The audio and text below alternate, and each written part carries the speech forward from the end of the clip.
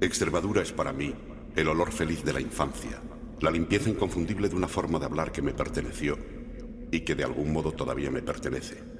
El susurro perdurable de una legión de antepasados que sobreviven en mí, la hospitalidad antigua de la gente, el color de los atardeceres inacabables del verano, el recuerdo imposible de una patria perdida.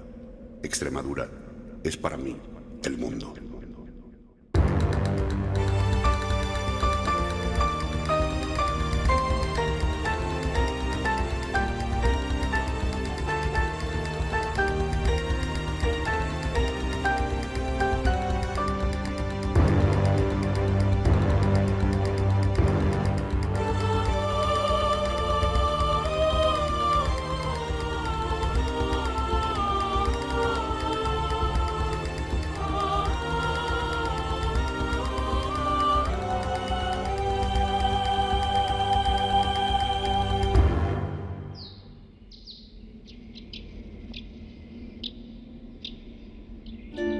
En la península ibérica, por los caminos del sur, hay un país de ocre blanco y verde, de tierra y agua, que conocen en todo el mundo como Extremadura.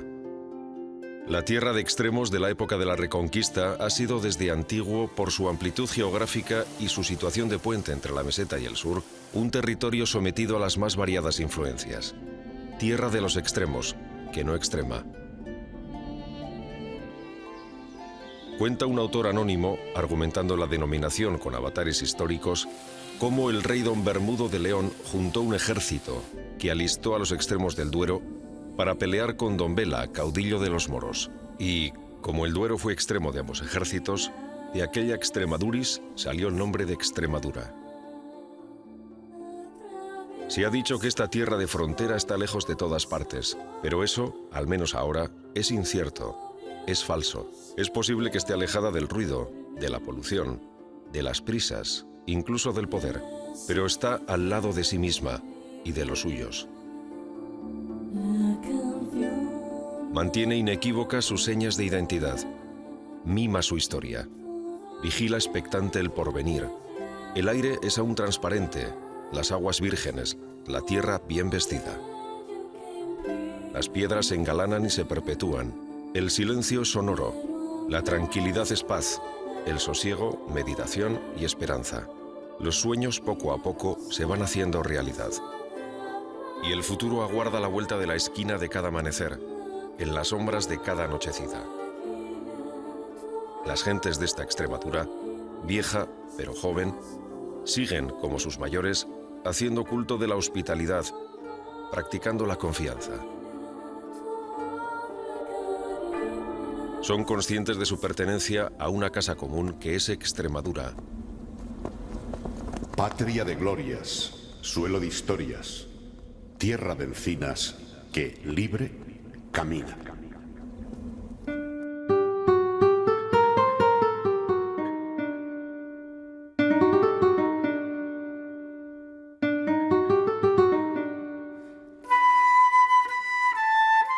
Lo primero en Extremadura es mirar al cielo. Cielos azules, cielos rojos, cielos profundos. Cielos de amaneceres o de atardeceres. Cielos sobre esta tierra de silencio como la definió María Zambrano. Por el norte, las montañas del sistema central se extienden por la Vera. Se engalanan por el Jerte. Explotan por el Ambroz. Disfrutan por Gata. Y se asombran en las Urdes. Gredos se asocia a una cierta estética del 98, tal vez porque por aquí viajó alguno de ellos, sobre todo Unamuno.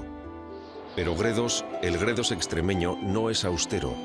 Es una oleada continua de sensaciones plásticas, auditivas, que se pueden oler y se pueden tocar. El viento suena arriba, en las cumbres, a veces entre la nieve.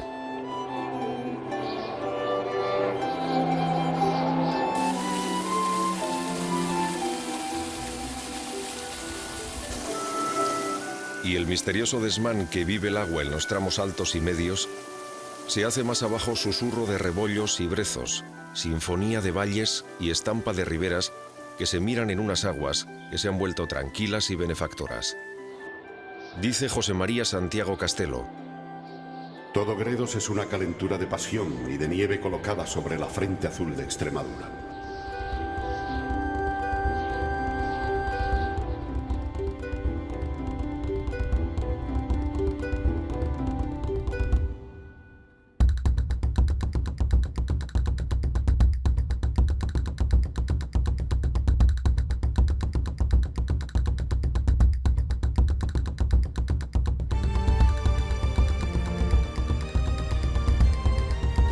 La dehesa es un paisaje que no hubiera disgustado en Grecia o en Roma.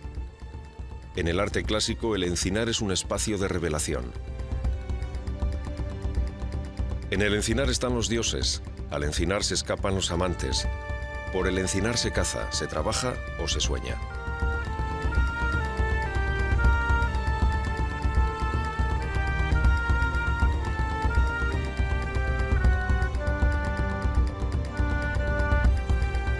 Muchos de estos encinares extremeños debieron ser sagrados, aunque sean muy escasas las noticias que sobre ellos poseemos.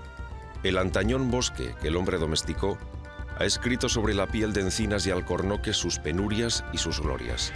Ha conservado el recuerdo de los fríos inviernos, de los vientos helados que congelan el aire, al tiempo que guarda la memoria de los veranos tórridos, de los soles que calientan la tierra e incineran los árboles, y esa sensación de humedad que con la llegada del otoño lo empapa todo. Ya dijo Unamuno cuando viajó por estas tierras: y si vieras qué brazos los de su raigambre que hunden sus miles de dedos bajo tierra, unos brazos que con sus ramas altas agarran el cielo.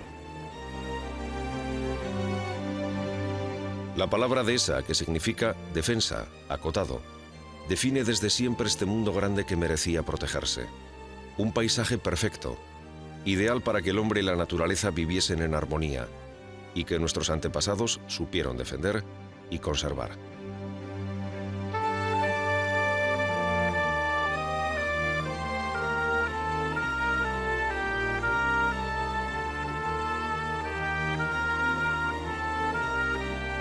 Fruto de tanto esfuerzo, de tanto trabajo, es la realidad del mapa de dehesas de Extremadura, que determina por fin su importancia en el paisaje agrario.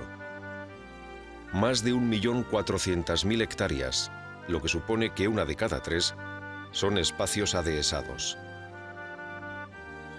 Al trazar una ruta de las dehesas, el camino aparece hoy marcado por la textura, el aroma y el sabor del manjar sagrado del cerdo ibérico. Un sendero feliz que discurre por poblaciones cargadas de historia y belleza.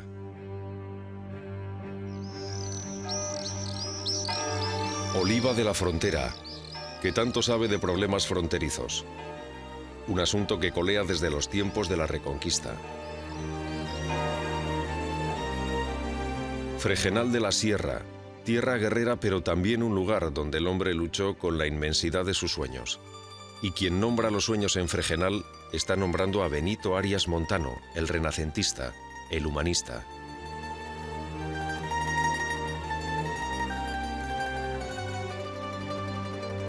Segura de León, vinculada para siempre a los caballeros de la Orden de Santiago.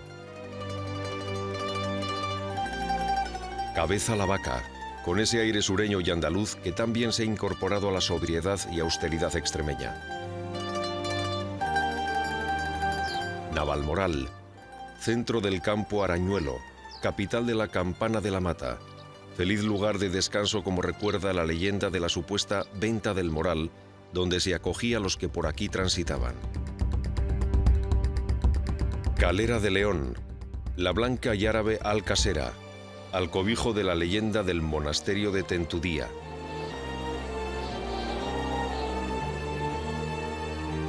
Monesterio, población caminera, tierra de tránsito por donde se canaliza la Vía de la Plata. Fuente de Cantos, patria de Zurbarán, que creó con sus pinceles un mundo nuevo de belleza cruda y serena.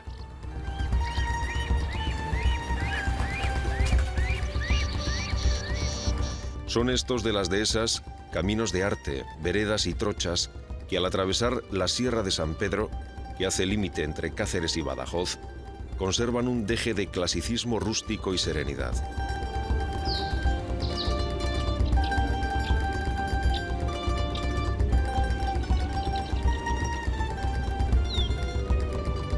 Un vasto y bello territorio donde el río Tajo, o el Tello, si se nombra desde el otro lado, fue al menos geográficamente una de las últimas fronteras de Europa. La sierra se extiende hacia el norte, como para descubrir el tesoro de Valencia de Alcántara.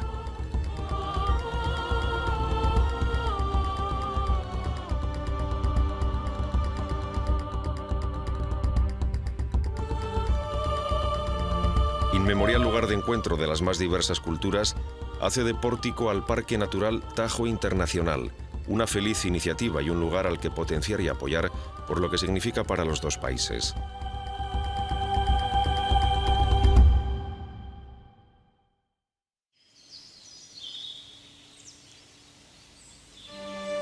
Villuercas e Ibores son, incluso hoy, un territorio desconocido, un rincón de mundo por descubrir, pese a constituir uno de los paisajes más espectaculares de toda Extremadura. Y es una delicia verlo como lo ve el ojo del águila real cuando vuela.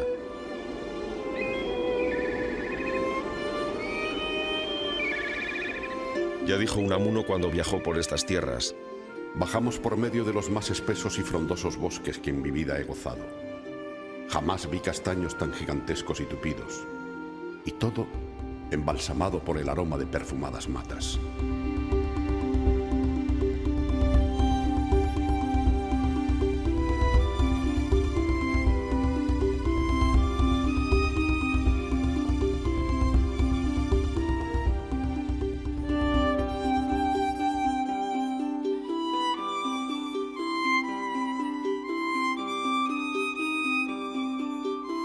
La Siberia extremeña debe su nombre no a un inhóspito clima, sino al aislamiento, marginación y atraso que históricamente ha sufrido.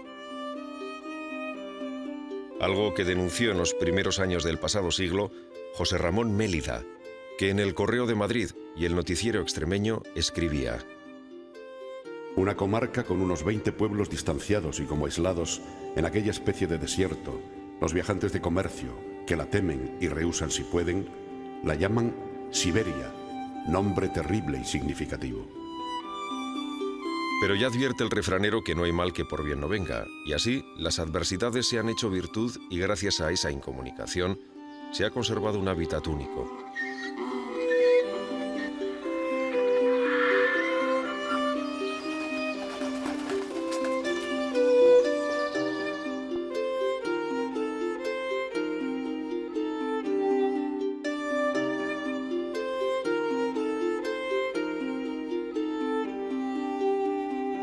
Esta franja extremeña de casi 3.000 kilómetros cuadrados está atravesada por el Guadiana y el Zújar, que obligados descansan para hacer trabajar sus aguas en los grandes pantanos. Agua remansada, rodeada de bosques y serranías, donde abunda el ciervo, se pasea el jabalí, se esconde la perdiz y corretean el conejo y la liebre.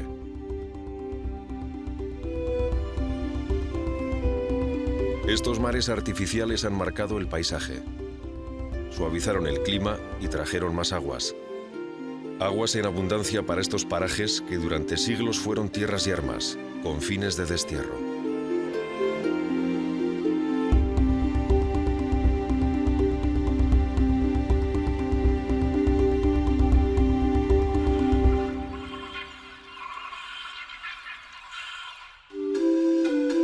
El centro de Extremadura es Montánchez, sierras y llanos que se asocian a la Vía de la Plata.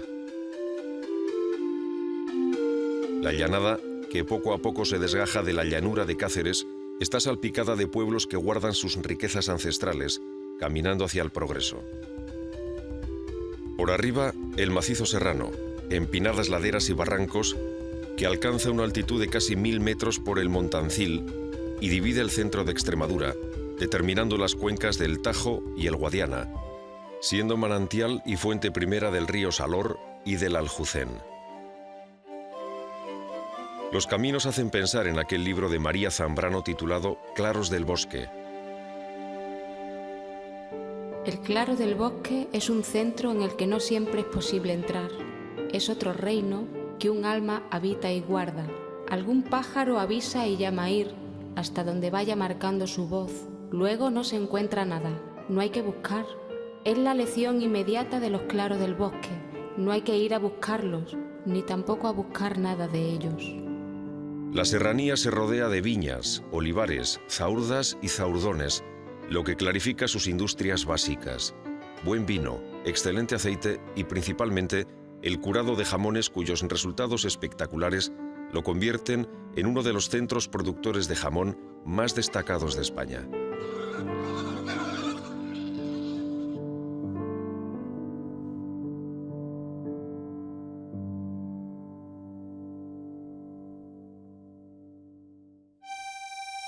Sí, Extremadura es una tierra de frontera, pero de fronteras que se integran, que invitan a un acercamiento.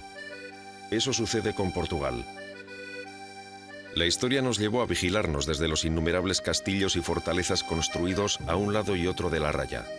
Fue una frontera donde a veces corrían la rapiña y la devastación, pero que con los años se convirtió en una linde permeable, sobre todo porque la vida cotidiana siempre está por encima de la política.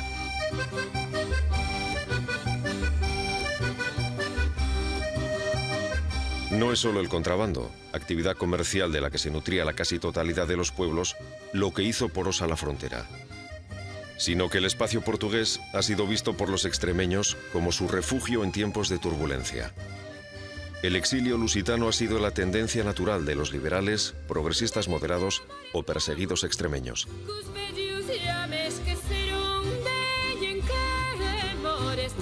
Por eso, y por muchas cosas más que nos unen, una de las aventuras más apasionantes de los últimos años es el acercamiento a Portugal. Y el símbolo de esa cercanía bien puede ser Olivenza, con una arquitectura absolutamente influida por los modos artísticos populares del Alentejo y por el arte manuelino.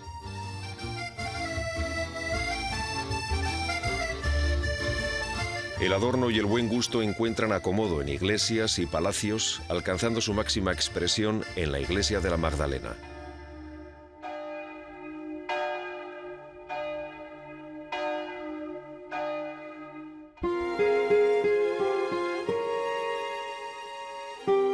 Al sur, en Sierra Morena, el cerdo encuentra su mejor hábitat. En las dehesas meridionales, alimentado de bellotas, de hierbas o de raíces, se cría el cerdo ibérico que solo se da en 4 provincias españolas, pero el que destaca por su gama de sabor y su calidad es el cerdo criado en esta parte del sur de la provincia de Badajoz. Esta Sierra Morena está llena de perdederos despoblados. Y quizá por eso fueron siempre tierras de retiro. Los senderos, en estas sierras que forman comarca natural con las de la vertiente andaluza, tienen un no sé qué de vitalismo, tal vez influidos por esos pueblos donde el blanco es una categoría estética.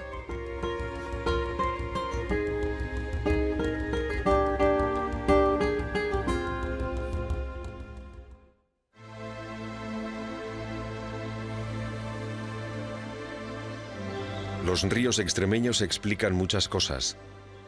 El Tajo, estrecho y hondo, marcha con su hilo de agua encajonado entre pizarras.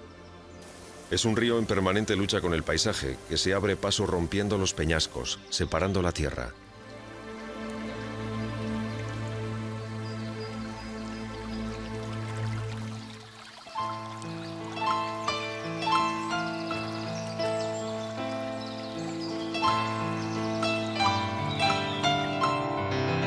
Por doquier hay huellas de vida, y estos territorios apiñados alrededor del río forman ahora el milagro eterno del Parque Nacional de Monfragüe.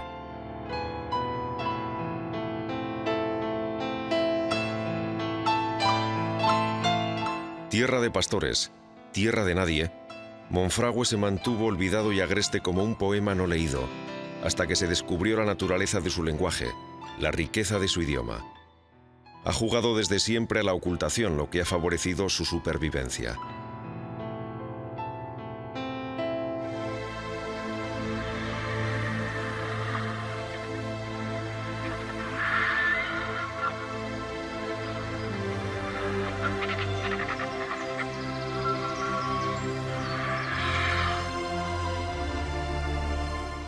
Unamuno, en su camino de Plasencia a Trujillo, alabó estos parajes.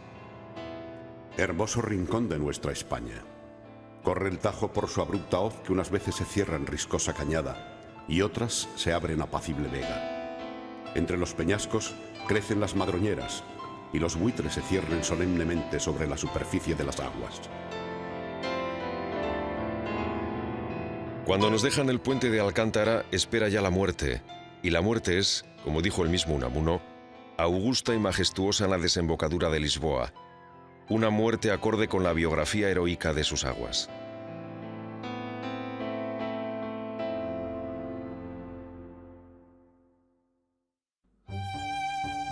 El Guadiana, que llamaban Anas los romanos y Guadi Anas los árabes, es por su parte un río de anchuras que pasa por Extremadura de vega en vega, como el agua que corre por un huerto o riega un jardín.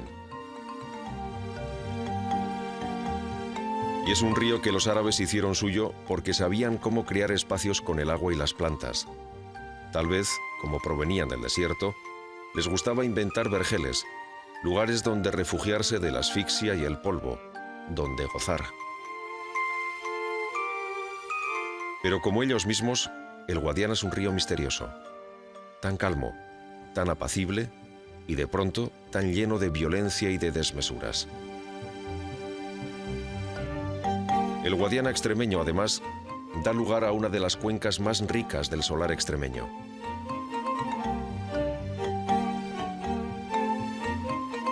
Los campos de regadío cercanos a Don Benito y Villanueva de la Serena son una explosión de color en un paisaje creado y civilizado por el hombre. En Don Benito se concentra en torno a Febal toda la tradición agraria en una expresión de modernización y auge expansivo. Villanueva de la Serena es una ciudad abierta y acogedora en esta llanura, donde se produce una de las mejores agriculturas de España, innovadora y vanguardista.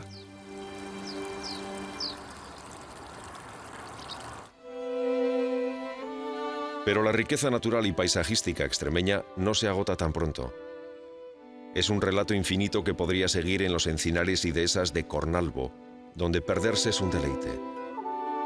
Descubrir la penillanura de Cáceres, plena de sorpresas mágicas, donde el hombre ha hecho unos cuantos guiños al arte del futuro.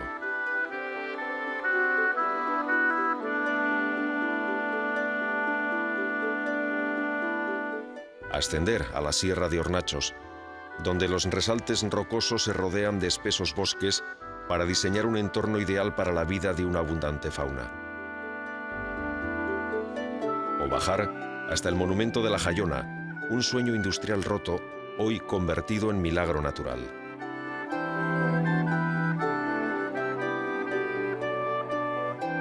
Cualquiera puede hacer su mapa, crear su propia geografía, dibujar un trazo real y auténtico que una lo natural con lo afectivo, porque una de las constantes de Extremadura es que enseguida se llega a una vinculación sentimental con el paisaje y con la historia del paisaje, porque la historia extremeña tiene mucho que ver con el lugar donde se realizó.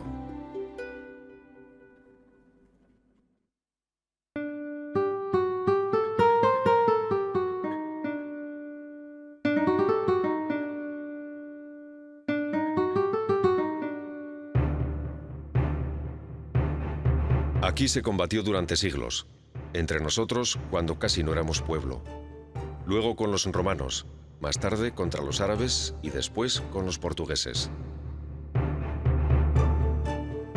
Este fue siempre un gran campo de batalla. Se aprovecharon los ríos y las montañas para ir determinando las líneas fronterizas, y hubo tierras de nadie donde era imposible vivir. La frontera entonces se convirtió en una forma de ver a Extremadura y en su forma de ser.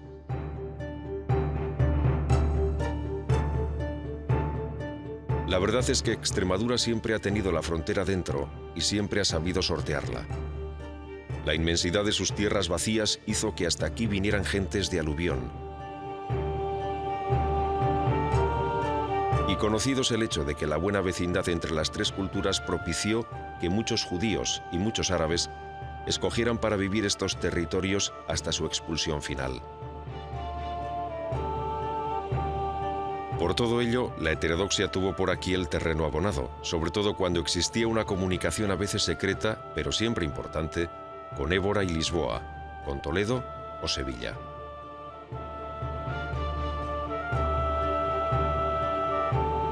Extremadura se fue entretejiendo sobre un cañamazo cultural complejo, entre otras cosas porque la huella mestiza estaba dentro, aunque estuviese prohibido reconocerlo.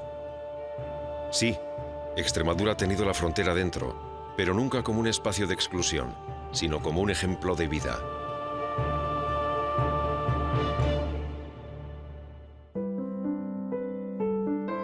Los pueblos de las sierras del norte, aparentemente aislados, atrasados, y hasta hace poco corriendo con su leyenda negra a cuestas, producen una fuerte impresión de mudejarismo. Sus trazados urbanos mimetizan las juderías, rasgos visibles en las oscuras callejuelas, en los rincones escondidos, en esas ventanitas pequeñas que guardan celosamente la intimidad de sus moradores. Los adentros de las casas han sido siempre en Extremadura un secreto. Judío es el hecho de poner un cántaro con agua que no tocará el suelo a la entrada de la casa. Y judía es la costumbre de tener una palangana de agua en el dormitorio. En la habitación se refugiarían los falsos conversos para orar en tiempos de la Inquisición.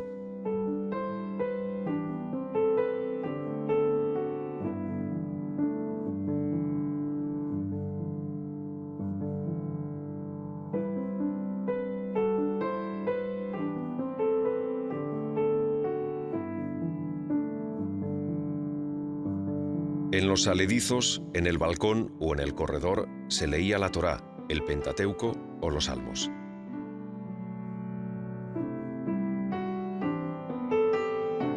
Potentes en lo económico, en lo político los judíos extremeños participaron del poder.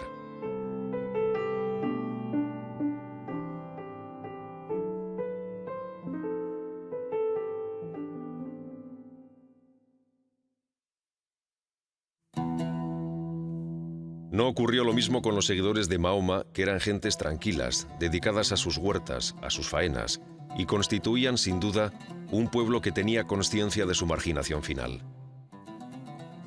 Los árabes extremeños eran los vencidos y fueron también las víctimas del cambio de civilización que llega después de la Reconquista. La primera información que tenemos de Badajoz es árabe, a pesar de haber sido ya un núcleo preislámico. Y la noticia más seductora es que la ciudad llegó a convertirse en emporio de artes, arquitecturas y saberes refinados. Al-Idrisi dijo que era una ciudad memorable, situada en un llano y rodeada de fuertes murallas.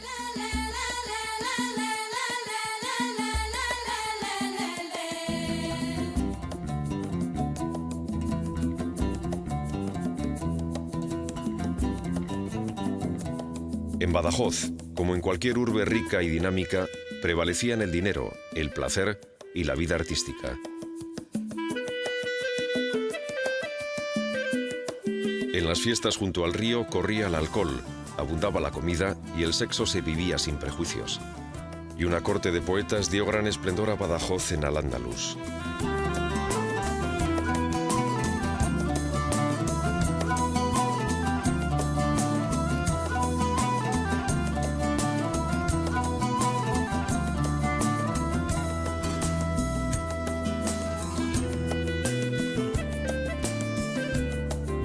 La pequeña patria árabe fue Hornachos.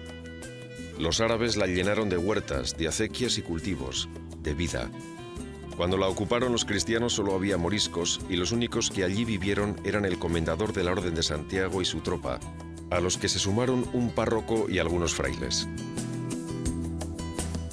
Tras su expulsión, en 1609, los árabes de Hornachos se dedicaron a la piratería en el norte de África.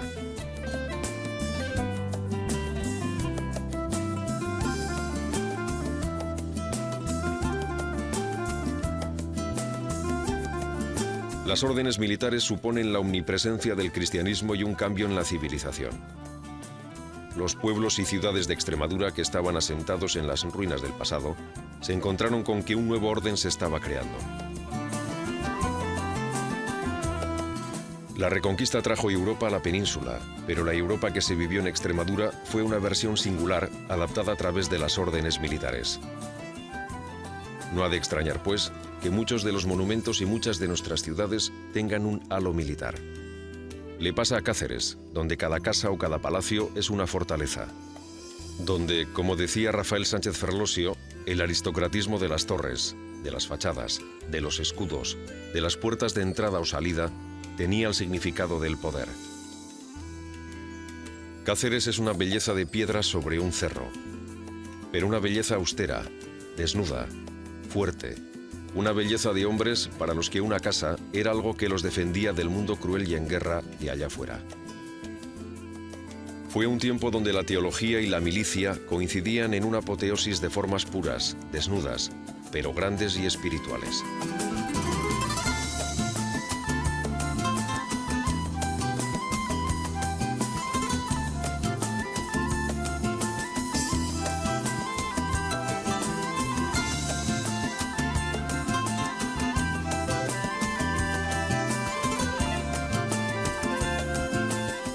El mayor exponente del arte mestizo fue el mudéjar, el empleo de formas y técnicas de origen árabe en la construcción de obras en territorio cristiano. El término mudéjar deriva de la palabra árabe mudayán, que significa al que le ha sido permitido quedarse. En esta Extremadura de mezclas bien puede hacerse un itinerario de este fenómeno autóctono y exclusivamente hispano, que muestre no solo su arraigo, sino también su extensión y profundidad. Un estilo que toca el cielo en el esplendor del claustro de los milagros del Real Monasterio de Guadalupe.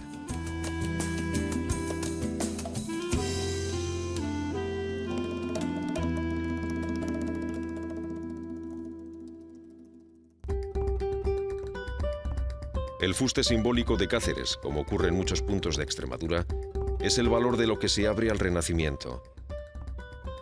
El anuncio de una nueva mentalidad que estaba por llegar.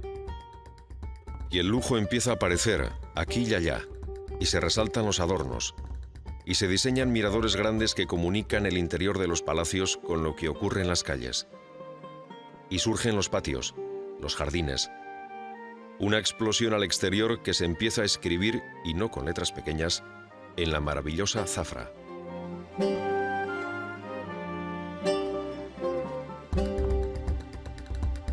Palacios cuya grandeza es un canto a la armonía, cuyas galerías tienen el sabor italiano y el ambiente de las pinturas holandesas, donde una mujer cose en paz, o lee, o escucha el tañer del laúd, o simplemente charla con alguien, mientras mira lo que pasa en la plaza o contempla el vuelo de una cigüeña.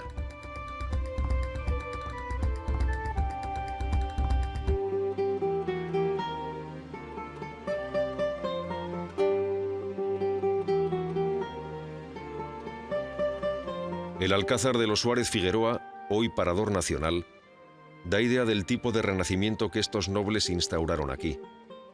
Una construcción que exteriormente es militar, pero que en su interior muestra la belleza, la armonía, el placer.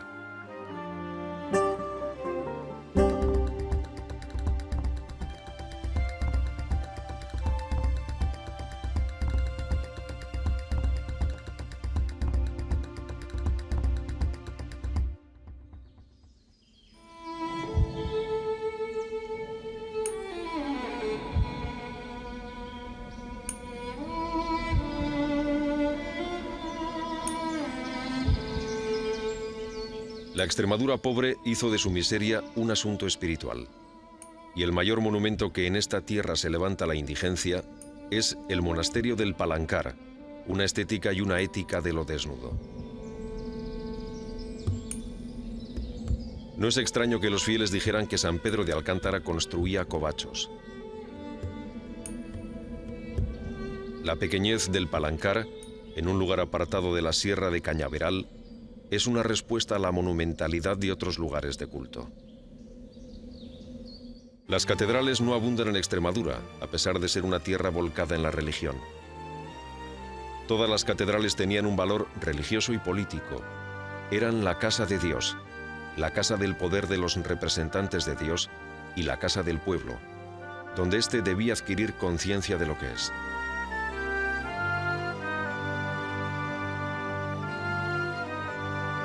El casco histórico de Coria es, sin duda, uno de los más bellos de Extremadura. La historia de la episcopal y levítica ciudad está escrita en los rincones de sus calles y plazas, en las cicatrices de la muralla romana, en la imagen parsimoniosa del alagón que la rodea como galanteándola, y hasta en ese trazo surrealista de un puente sin río. Pero sobre todo en su catedral, que se alza al cielo entre el barroco y el clasicismo.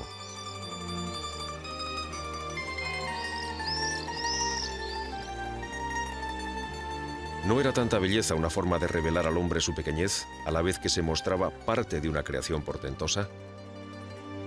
Eso habrá que preguntarse ante la Catedral de Plasencia. Una catedral que son dos: la vieja, que tiene la pureza de aquel arte desnudo que trajo el románico, en el que la teología imponía sencillez y recogimiento. Y la nueva, donde se respira la espectacularidad de los aires innovadores que soplaban en el 1600. Quedó inconclusa, como un símbolo. El resultado es de una gran unidad espacial y tiene que ver con ese deseo de convertir la piedra en una aspiración divina y una realidad terrenal de poder.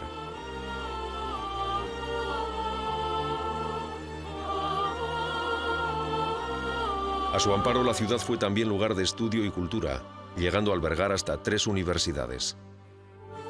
La piedra dorada refulge en el barrio antiguo, se desparrama por sus calles y se convierte en obra maestra en sus palacios.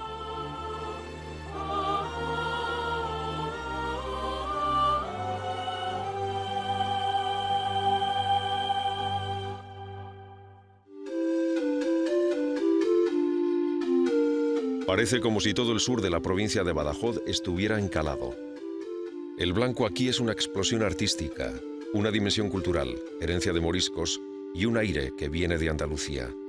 Una magia que no ha perdido Almendralejo, pese a haberse convertido en una ciudad moderna e industrial. Se respira en ella un ambiente de bodegas espaciosas, húmedas y diáfanas, donde lo mejor del tiempo va quedando en los vinos. Almendralejo será conocida siempre por ser la ciudad donde nacieron José Espronceda y Carolina Coronado, 2 de nuestros mejores poetas románticos. Un romanticismo muy dramatizado. Espronceda vivió las barricadas de París y la bella Carolina Coronado se volvió loca después de morir su hija. Llena de saudades y aspirando a encontrar un mundo más allá de la muerte donde no existiera el dolor.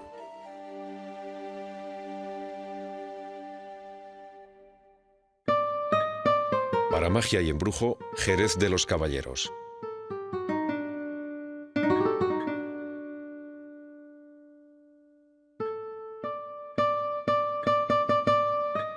Hay en ella una grandiosidad barroca y al tiempo un urbanismo de cosas pequeñas.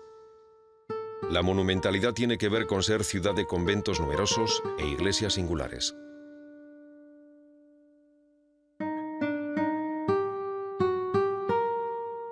Capital del jamón ibérico, Jerez de los Caballeros es ciudad de misterios barrocos y empedradas calles que se encaraman hasta la Alcazaba árabe.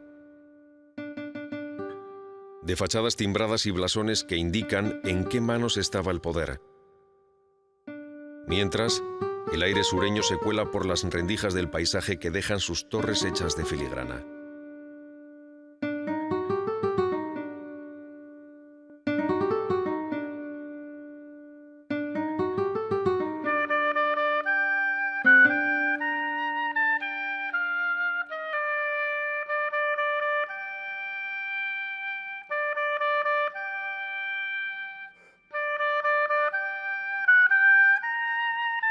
Jerez fue, como toda Extremadura, una tierra de sueños, del sueño americano.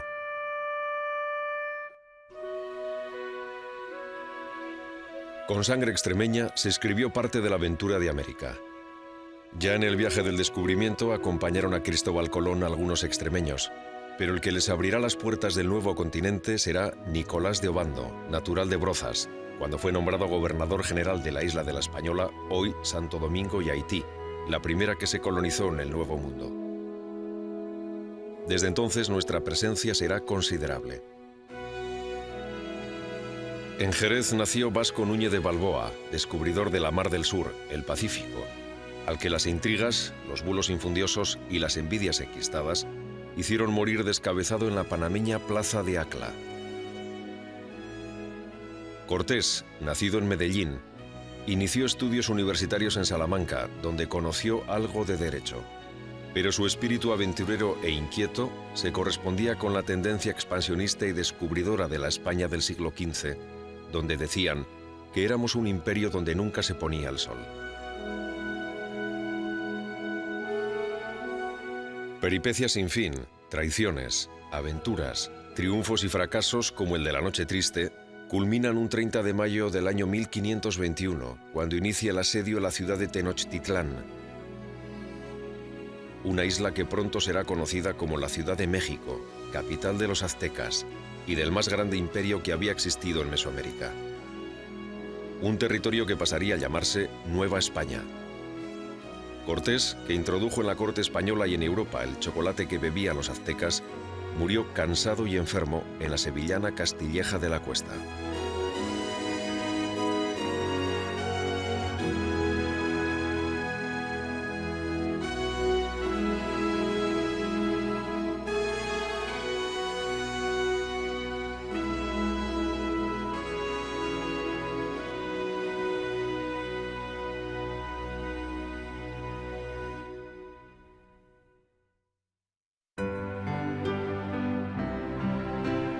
Francisco Pizarro nació en Trujillo, hijo natural del capitán Gonzalo Pizarro. Regidor, encomendero y alcalde de la ciudad de Panamá, lo que le permitió enriquecerse, dio crédito a los rumores que hablaban de la existencia de grandes riquezas en el Imperio Inca y decidió unir la fortuna que había amasado con la de Diego de Almagro para financiar dos expediciones que se saldaron con sendos fracasos. Finalmente, en enero del año 1531, embarcó con un contingente de 180 hombres y 37 caballos hacia Perú, informado de la guerra que enfrentaba al emperador inca Atahualpa con su hermanastro Huáscar. Atahualpa, hecho prisionero y acusado de haber ordenado desde la prisión el asesinato de Huáscar, acordó con aquellos extranjeros llenar de oro, plata y piedras preciosas una habitación a cambio de su libertad. Pero de nada le sirvió. Pizarro ordenó su ejecución. Y la historia se torna desgraciada. Ya dueños de aquel imperio, Pizarro y Almagro se enemistan por la posesión del Cuzco. Almagro fue procesado, condenado a muerte y ejecutado. La venganza de sus partidarios se produjo el 26 de junio de 1541, cuando Pizarro murió asesinado en su palacio de Lima, la ciudad que él mismo había fundado a orillas del río Rímac 6 años antes.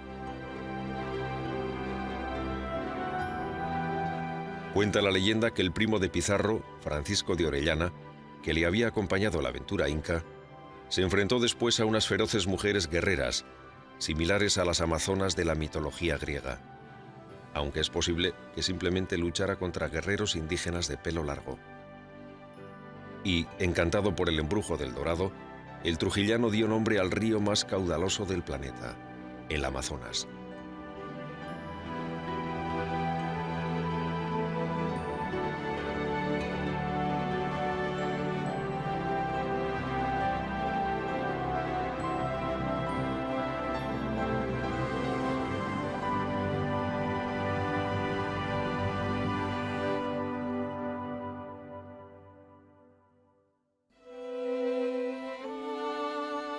Núñez de Balboa, Valdivia, Orellana, Hernando de Soto, Pizarro, Cortés, y así hasta casi 10.000 extremeños. Viajan a América gentes de toda clase y condición, segundones de la nobleza, hidalgos pobres, gente del ámbito urbano. Bien pudiera decirse que no hubo un rincón de aquella tierra recién descubierta donde no llegara el aliento extremeño.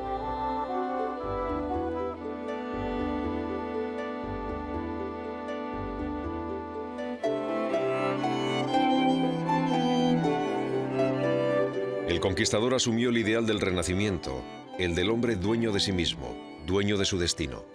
Y su ambición personal, su afán de notoriedad y fama, es producto del espíritu del tiempo que le tocó vivir, agudizado por un profundo individualismo. Y el monasterio de Guadalupe se convirtió en centro de peregrinación y lugar de encuentro para los hombres de la aventura americana, desde que en el año 1486 Cristóbal Colón se encontrara allí con los reyes católicos y les pidiera ayuda económica para su empresa descubridora. De la mano de misioneros, conquistadores, exploradores y colonizadores, el nombre de Guadalupe pasó a tierras americanas, desde California en la América del Norte hasta la Tierra del Fuego y Filipinas. Hoy, más de 650 nombres de Guadalupe jalonan aquellas tierras.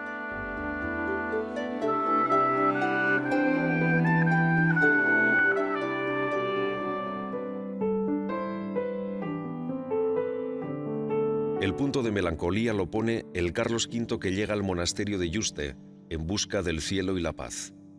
Encontró este escondite de la historia, un lugar recóndito donde poder refugiarse con sus relojes y sus bulimias. Carlos V viene del Renacimiento y desemboca en el Barroco. Renacentista es su amor por la vida, la comprensión y la práctica de sus vicios, de los que se quiere curar o purgar en Yuste.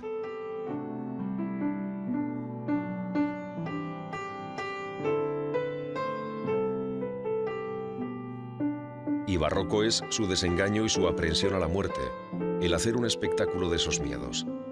Cuentan que tal era su temor a morir que ordenó ejecutar sus exequias cuando todavía vivía.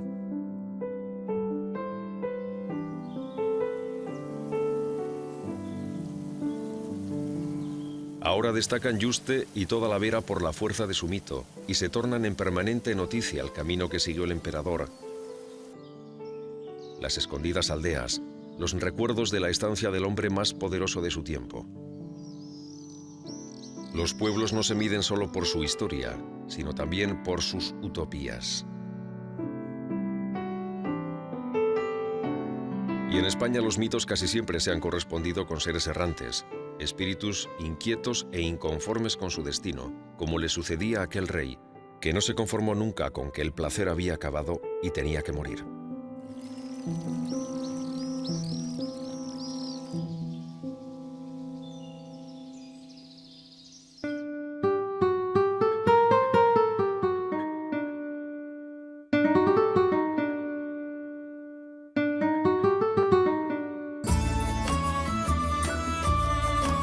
María Zambrano habló también de una tierra romántica, y no le faltaba razón. Hay por aquí tal mezcla de gentes, culturas y sensaciones que por fuerza se tiene que desembocar en el romanticismo. Nuestra historia está llena de vericuetos, de ruinas y de reconstrucciones, de momentos de sombra que aspiran a momentos de luz.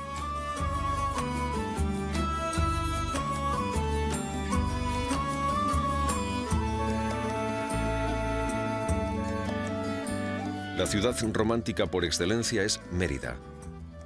No es extraño por eso que el mayor de nuestros escritores románticos, Mariano José de Larra, viniera a conocerla y dibujarla. La Mérida romana es un goce estético. Pero toda Mérida está llena de secretos por desvelar. Mérida es el sueño romántico de la ruina y del arte, el sueño de la civilización que se concreta en el Museo de Arte Romano, esa importante obra de la arquitectura contemporánea firmada por Rafael Moneo, que revela la aspiración del arte para imitar y ensalzar la naturaleza. Un lugar que desde la historia aparece lleno de rumbos, de visiones, de futuros y también de sueños.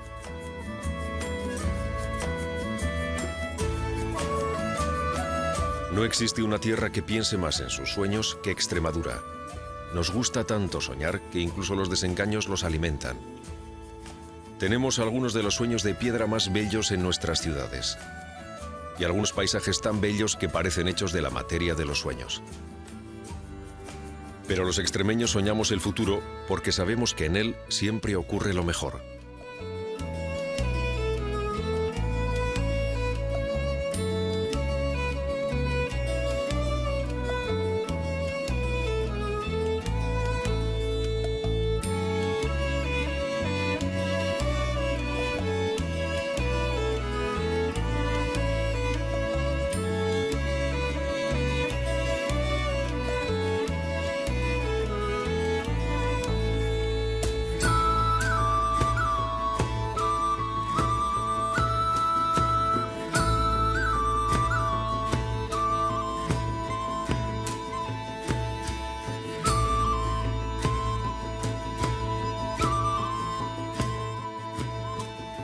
La Extremadura del siglo XXI, la de multitud de productos singulares y con denominación de origen, la de las ciudades, la de los puentes modernos, la de las rápidas vías de comunicación, la del turismo, la del comercio, la del dinamismo, la de la cultura.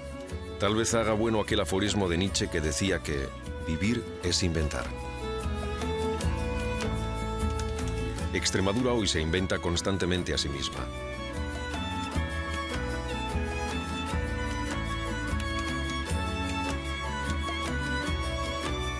Aunque lo primero que miremos sigan siendo los cielos y sigamos cuidando la tierra, ese patrimonio que ha sido conservado siglo tras siglo, y confiemos en las gentes de esta tierra extrema, que siempre que han podido se han aplicado a aquel ideal del Renacimiento, el del hombre dueño de sí mismo, dueño de su tierra, dueño de su destino.